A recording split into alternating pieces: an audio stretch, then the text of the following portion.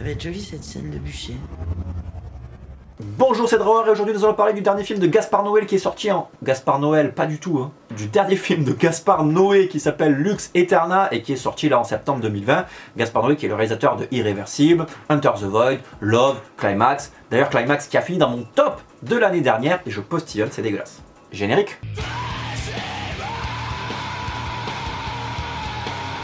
Avant de commencer cette vidéo, je tiens à dire que Lux Aeterna est pour moi un film d'horreur. On va pas repartir dans un débat, c'est un film d'horreur psychologique, il est très éprouvant. Voilà, donc si vous n'êtes pas d'accord avec moi, c'est pas grave, je vous aime quand même. Le film nous raconte l'histoire de Charlotte Gainsbourg et de Béatrice Dalle qui sont en train de faire un film. Béatrice Dalle est la réalisatrice et Charlotte est une actrice qui est l'actrice principale, je pense, de son film. Donc elles font un film de sorcière où Charlotte doit finir au bûcher. Et donc au début du film, elles vont parler de ça. T'es déjà brûlé sur un bûcher? Non, j'ai jamais brûlé sur un bûcher, mais j'ai brûlé... Donc vous l'aurez compris, le film est très méta dans le sens où c'est un film qui parle de cinéma, il nous parle d'un tournage en fait, donc on est vraiment sur le tournage du film de Béatrice Dalle. Béatrice Dalle joue son propre rôle, enfin tout le monde joue son propre rôle, donc du coup voilà, le côté méta est là. Du coup nous allons voir l'envers du décor d'un plateau de tournage et c'est pas tout rose. Et d'ailleurs c'est pas tout rouge non plus, ni tout bleu, ni tout vert, enfin t'as compris les couleurs que Gaspard Noé utilise.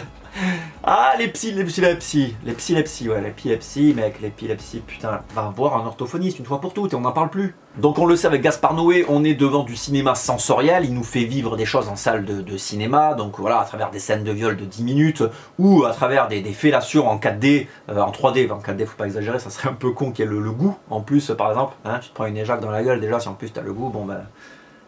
Ah, c'est dégueulasse. Là, il va nous faire quelque chose avec les images et le son et il va nous mettre dans un état épileptique. Donc vraiment, c'est un film qui est déconseillé aux épileptiques, il le dit au début du film, hein, clairement, et ça se confirme dans les 10 dernières minutes du film.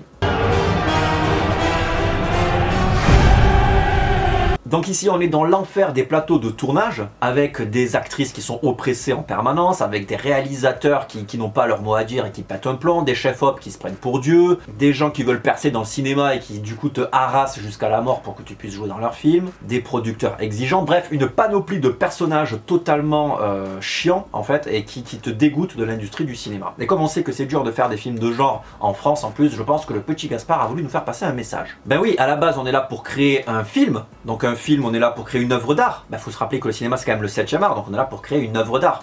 Donc on est là, on est devant un film qui dure 50 minutes à peu près, c'est un moyen métrage, et donc Gaspard Noé nous dit mais est-ce que créer un film de 50 minutes, ça en fait une moins bonne œuvre d'art qu'un film de 3 heures? Ben non en fait, parce qu'il le compare, et ça je trouve ça très intelligent, à des toiles de peinture qui sont de différentes tailles, et c'est pas parce que la toile de peinture est plus petite qu'elle est moins impactante en termes d'œuvre d'art. Quand on regarde une œuvre d'art, on ne sait pas trop le processus qu'il y a derrière, on ne sait pas trop comment on a créé cette œuvre d'art, vu qu'on est juste spectateur dans le moment de l'œuvre d'art, on l'apprécie comme ça. Mais c'est aussi important de se dire que cette œuvre d'art existe grâce à son processus de création. Et donc là, savoir qui fait les choix artistiques dans un film est très intéressant. Est-ce que c'est la vision du producteur? Est-ce que c'est la vision d'un réalisateur? Peut-être même des acteurs qui font leurs propositions en termes d'improvisation, vu que le film a des parties improvisées? Ou est-ce que c'est le commanditaire du film, carrément, vu que c'est Yves Saint Laurent à la base qui a voulu faire une publicité de 15 minutes qu'il avait demandé donc à Gaspard Noé et qui s'est transformée en une publicité de 50 minutes. On peut y voir des mannequins à l'intérieur, donc voilà, j'y reviendrai plus tard dessus. Mais voilà, c'est carrément une commande d'Yves Saint Laurent à la base. Bon, Gaspard Noé a réussi à y mettre sa patte carrément, mais ça reste une pub quoi. Quand on va au cinéma, souvent on se dit bon ben j'en veux pour mon argent, la place de cinéma n'est pas donnée de manière générale, donc si on est devant un film, on a une expérience où ça dure 50 minutes, on va se dire putain on va être déçu, mais bon, s'il y a bien un cinéaste qu'il faut aller voir pour les expériences cinéma, bon ben c'est bien Gaspard Noé qui nous fait du cinéma donc sensitif, et donc les 50 minutes, tu vas les sentir passer quand même. Oui, parce que le film finit par 10 minutes donc de crise d'épilepsie comme ça, avec un travail du son qui est aussi horrible, ça peut te filer un gros mal de crâne, et tu vas mettre 30 minutes de plus à t'en remettre, donc du coup tu auras ton film d'1h30 quasiment, c'est bien. Donc du coup, comme je vous le disais, ce film est une critique un peu de l'industrie du cinéma et du processus pour créer une œuvre d'art. On peut le voir tellement tous les personnages de ce film sont vraiment clairement des chacos. De là à dire que c'est un film féministe, je ne pense pas, même si la plupart des personnages qui sont dégueulasses dans le film de Gaspard Noé, c'est souvent des hommes qui font des atrocités. Je pense que voilà, il veut pas spécialement cibler les hommes, mais plutôt ciblé l'industrie, quoi. Il y a une scène avec Charlotte Gainsbourg qui appelle sa fille, et sa fille lui dit, putain, j'ai des blessures et tout, je pleure. Enfin, en gros, je sais plus si elle s'est fait agresser, j'ai pas bien suivi, ou si elle s'était juste fait mal, mais je pense que c'est plus une agression, parce que Charlotte est assez inquiète, et elle demande à la nounou de la déshabiller et de vérifier. Mais elle a pas le temps, parce qu'elle est harcelée en même temps pour retourner sur le plateau de tournage, et elle est là au téléphone, et elle est un peu piégée entre les deux, et elle ne prend au final pas le temps de s'occuper de sa fille directement, elle l'appellera plus tard, quoi. Voilà, c'est pour montrer un petit peu l'horreur des plateaux de tournage, vu qu'il faut être tout le temps dans l'urgence et dans le speed, quoi. Le film a des moments qui sont en split screen, qui sont donc très souvent, c'est-à-dire qu'il y a plusieurs écrans qui sont montrés, donc c'est scindé en deux. Il y a un côté où on va suivre Charlotte Gainsbourg, l'autre Béatrice Dalle, et ça permet de rajouter du chaos encore plus dans le film, parce que, eh bien, on est là, on doit jongler entre les deux écrans et suivre l'un, suivre l'autre. Il y a les sous-titres sous l'un, sous l'autre il n'y en a pas, enfin machin. Donc on peut pas avoir les yeux partout, ça permet de montrer la distance entre l'exécutif, voilà, le réalisateur on va dire, et l'exécutant, voilà, qui est Charlotte Gainsbourg, et puis on voit un petit peu entre les deux, puis ça crée encore plus de chaos, sachant qu'il y a déjà beaucoup de chaos sur le tournage. C'est éprouvant, quoi. Dans le film parle de chasse aux sorcières, on peut le voir sur l'affiche qui est quand même excessivement classe, où il y a Charlotte Gainsbourg qui est en train de brûler sur un bûcher. En fait c'est la chasse aux sorcières parce que, on peut voir donc une métaphore évidemment, où les femmes sont un petit peu les sorcières qui sont persécutées par un petit peu une société patriarcale, en tout cas une industrie patriarcale, parce qu'il y a beaucoup d'hommes dans le monde du cinéma, et quand on est une femme c'est dur de se faire sa place, surtout quand on a une grande gueule comme Béatrice Dalle, on le voit quand elle gueule et tout, elle se fait pas que des amis, et du coup ça crée le bordel, elle pète un plomb à la fin et tout. Charlotte Gainsbourg qui est douce et qui a aussi une grande gueule quand même, malgré. Enfin, elle a quand même une grosse filmographie assez subversive, c'est quand même une queupon aussi, Charlotte Gainsbourg, autant que Béatrice Dalle en tout cas. On peut voir sa filmographie avec Lars von Trier, où elle a joué dans Antichrist et tout, enfin voilà, ou dans Nymphomaniac, enfin voilà, elle fait des trucs de ouf quand même, Charlotte. Donc le choix des actrices est quand même pas aléatoire, en tout cas, il a vraiment choisi ses actrices pour ça, et donc voilà. Donc ce film pour moi n'est pas le meilleur de Gaspard Noé, mais il a le mérite de faire une proposition qui est vraiment intéressante, qui se situe entre la proposition d'un cinéaste voilà, du 7e art tout simplement, et un peu un performeur artistique comme le ferait un artiste contemporain par exemple. Et ce qui est priceless, c'est de regarder la tête des spectateurs quand le générique se termine, les gens saignent des yeux, ils en peuvent plus, J'ai jamais vu les gens, à la fin d'un générique, mettre autant de temps à se relever pour sortir de la salle, c'était vraiment excellent. Seul petit bémol du film, je trouve, c'est Béatrice Dalle, qui est une actrice que j'adore. Elle joue dans beaucoup de films de genre. Voilà, dans À l'intérieur, elle est formidable. Enfin, il y a plein de films où elle est super. C'est une superbe actrice. Mais là, dans celui-là, je trouvais que, voilà, comme elle était en impro, on voyait beaucoup le côté vrai Béatrice Dalle et pas un personnage. Je trouve que c'est un personnage. Enfin, Béatrice Dalle est quelqu'un qui a l'air assez vaniteux. Enfin, voilà, je la connais pas personnellement, mais quand je la vois en interview et tout, elle se la pète pas mal sur ses films qu'elle a fait dans le passé, ses anecdotes avec les réalisateurs, son côté quepon et tout. Enfin.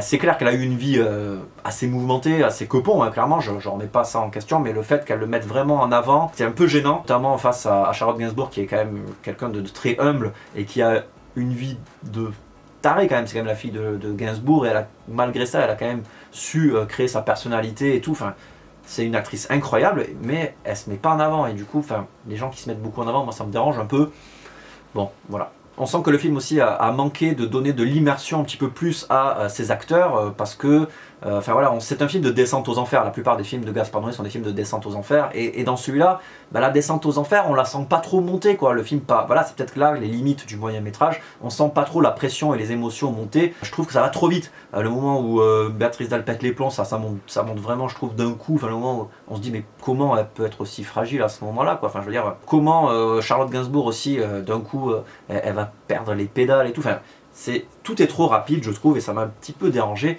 malgré que Charlotte Gainsbourg, même quand elle souffre, c'est quand même vachement bien joué, alors que Béatrice Dalle, on sent que... Ouais. Donc au final j'ai bien aimé ce film, vous l'aurez compris, moi je suis toujours friand d'expériences cinématographiques. Je suis pas tellement resté sur ma faim parce que le film est cool, mais en termes de propositions, voilà, j'aime bien tous les panneaux textes qu'il affiche, même si avec la police parfois j'ai un peu du mal à lire, mais bon, ça c'est autre chose. Les références ciné, voilà, tout. Bon voilà, il y a juste un petit peu, on va dire, le jeu de Béatrice Dalle qui m'a un peu déçu, et le fait de ne pas avoir laissé le temps à ces personnages de plus... exploser, quoi. Donc ouais, je sais pas, ouais, le moyen métrage du coup c'est frustrant pour ça, quoi. Allez, on passe au fun fact. Lux Aeterna veut dire lumière éternelle. Alors de quoi il parle? Est-ce qu'il parle du feu qui est une lumière éternelle? Est-ce qu'il parle le fait de la lumière dans la caméra qui fait que le cinéma vivra pour toujours? Est-ce que c'est un film sur l'amour du cinéma? Certainement. Giorgi Ligeti a fait la musique Lux Aeterna, donc qui est le titre d'une musique de film qu'on retrouve dans 2001 Odyssée de l'espace. On sait que Gaspar Noé est un grand fan de Kubrick, et donc voilà. C'est aussi le titre de la musique de Requiem for a Dream. Et Requiem for a Dream est un film en termes de descente aux enfers, quand même pas mal. Karl Glusman et Abili sont deux acteurs que l'on retrouve dans Love et aussi dans Neon Demon. Enfin, dans Neon Demon, les deux. Voilà. Le mec, c'est juste dans Love. Ce film a été tourné en 5 jours, alors que Climax a été tourné en 15 jours. Il faut savoir que Gaspar Noé aime apparemment faire ses films dans l'urgence. Voilà. À la fin du film, Gaspar Noé remercie des réalisateurs pour leur inspiration, notamment Pasolini et Fassbender. Il y en a d'autres qui étaient remerciés, mais j'ai pas eu le temps de lire parce que j'avais les yeux qui saignaient en fait. Le film cite Axane, la sorcellerie à travers les âges, mais aussi Jour de colère, qui est un film aussi sur la sorcellerie. Voilà, cette vidéo est terminée, j'espère qu'elle vous aura plu, j'espère que je pourrai vous faire plus tard une vidéo sur tout l'univers de Gaspar Noé, parce que je suis un grand fan de Gaspar Noé et j'ai vu tous ses films et il me manque à voir plus qu'Enter the Void, mais je vais le regarder bientôt. J'espère que vous n'avez pas trop saigné des yeux avec ces conneries, n'oubliez pas de vous abonner, de partager la vidéo, de faire tout ce que vous pouvez pour aider la chaîne, en fait, il y a même un Tipeee et tout, donc n'hésitez pas, je fais ces vidéos gratuitement, elles sont la plupart toutes démonétisées, enfin bref, c'est la merde, donc n'hésitez pas à aider, ça fait plaisir. Vos commentaires, sinon il y a Utip, il y a plein de trucs pour m'aider, n'hésitez pas, je vous fais des gros bisous et je vous dis à la prochaine. Bisous.